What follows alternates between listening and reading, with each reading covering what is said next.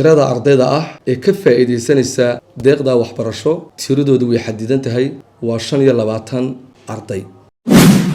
shuruudaha ardayga looga baahan yahay waxa kamid ah inuu ardaygu soo qaato shahaadadiisa dugsiga sare sidoo kalena uu soo qaato 2 sawir isla markaana uu ardaygu u soo diyaar garoobo imtixaan ka kooban jaamacadda Shifa oo kamid ah hormuudka waxbarashada Soomaaliland oo la taagan markasta horumarinta aqoonta bulshada ayaa deeq waxbarasho bilaash ah ugu deeqday 25 arday oo baran doona culuumta caafimaadka. deeqdaasi waxbarasho ayay ka faa'iideysan doonaan dhalinyarada aan fursad u helin ama uga habsaamay duruufo dhaqaale waxbarashada jaamacadda. Gudoomiyaha jaamacadda Shifa University Burco Cabdiraxmaan Cali Axmed oo wehelinayo hormuudka kuliyadda caafimaadka ee jaamacadda Shifa Dr. Cabdillah Axmed Maxamed ayaa ugu baaqay dhalinyarada magaalada Burco inay ka faa'iideystaan fursadda waxbarasho ee jaamacaddu ugu deeqday. in jaamacaddu ay ugu bushaareynayso bulshada jecel waxbarashada fursad qiimo badan oo waxbarasho ah fursadda oo ah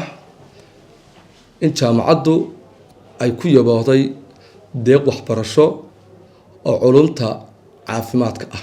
tirada ardayda ah ee ka faa'iideysanaysa deeqda waxbarasho tiradoodu way xadidan tahay waa 25 arday. deeqda waxbarasho waxa ay isugu jirtaa 100% iyo 60%. ardaydaas aqoonta sare ee la siinayaa waa degree.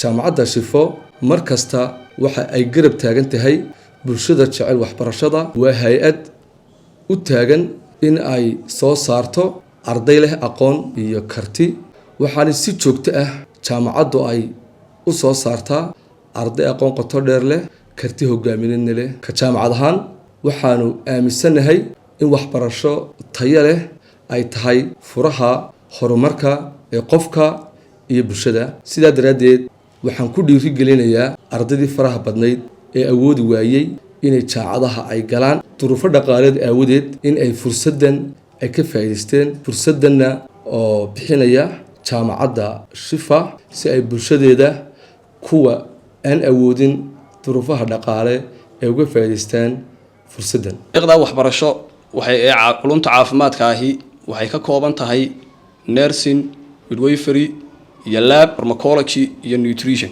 shuruudaha ardayga looga baahan yahay waxa kamid ah inuu ardaygu soo qaato shahaadadiisa dugsiga sare sidoo kalena uu soo qaato 2 sawir iyo codsi uu ku dalbanayo fursadan waxbarasho ama deeqdan waxbarasho isla markaana uu ardaygu u soo diyaar garoobo imtixaan ka kooban qoraal iyo wareysi ama interview.